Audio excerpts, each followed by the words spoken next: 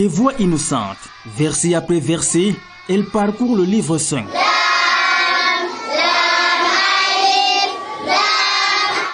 Le centre Madressa Ali Iram, en Gousso, quartier de Yaoundé, leur ouvre ses portes. Ici, ils tendent l'oreille et récitent avec passion le noble Coran.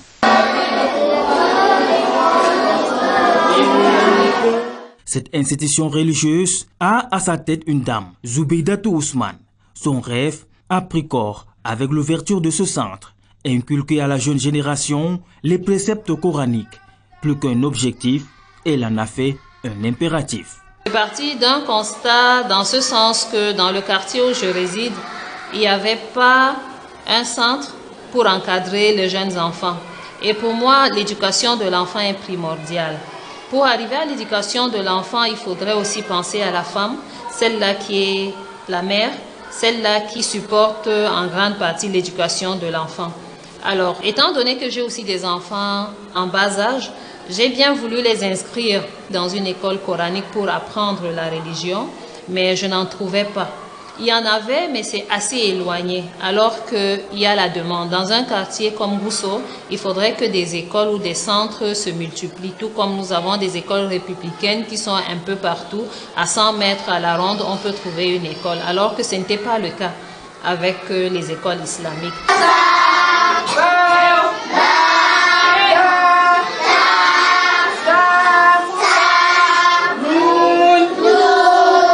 C'est temps déjà que le centre vit. Tous les samedis et dimanches, l'ambiance autour de la fondatrice traduit le lien affectif et maternel qu'elle a tissé avec les élèves. En elle, ils ont trouvé une seconde mère. L'offre de formation obéit à un canevas précis.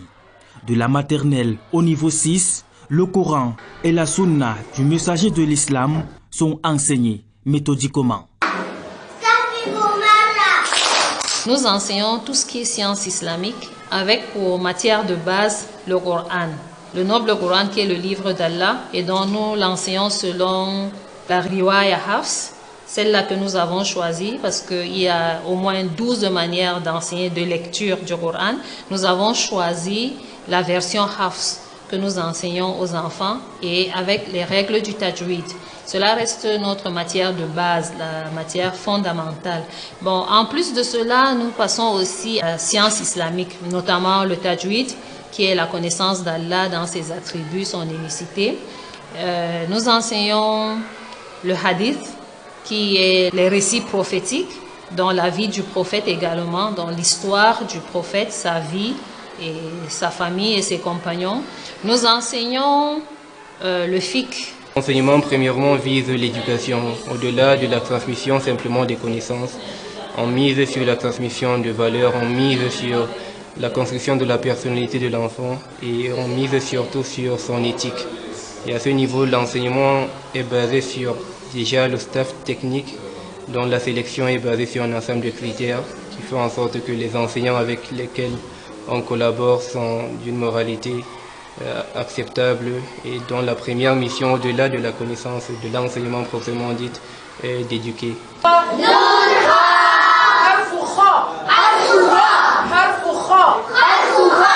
L'éducation des enfants, de la jeune fille et de la femme musulmane, une priorité dans l'action sociale de Zoubidatou. Elle milite davantage pour une formation intégrale. À cet effet, d'autres activités sont greffées aux enseignements.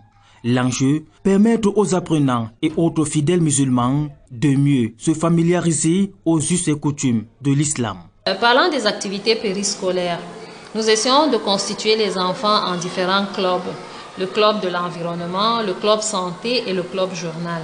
Le club environnement pour inculquer aux enfants les valeurs environnementales. Vous l'avez bien compris, le club santé, c'est pour les accompagner dans la gestion de leur santé aujourd'hui, nutrition, tenue vestimentaire, premiers soins. Donc il y a des moments où nous suspendons les cours pour faire ces activités-là, leur donner les premiers soins par exemple, tout petits qui sont, mais leur apprendre à comment prendre soin d'une personne, par exemple un accidenté, comment prendre soin de leur propre santé d'ailleurs. Et puis le club journal pour intéresser les enfants à la lecture, pour intéresser les enfants à un métier, pour intéresser aussi les enfants à essayer de faire leur propre développement personnel. Et pour l'avenir, l'artiste veut continuer à écrire les belles pages de la religion islamique. Elle rêve grand et le montre. Notre souhait serait qu'on puisse accompagner ces enfants-là au plus haut niveau possible. Aujourd'hui, nous avons le cycle initiation, nous avons le cycle intermédiaire.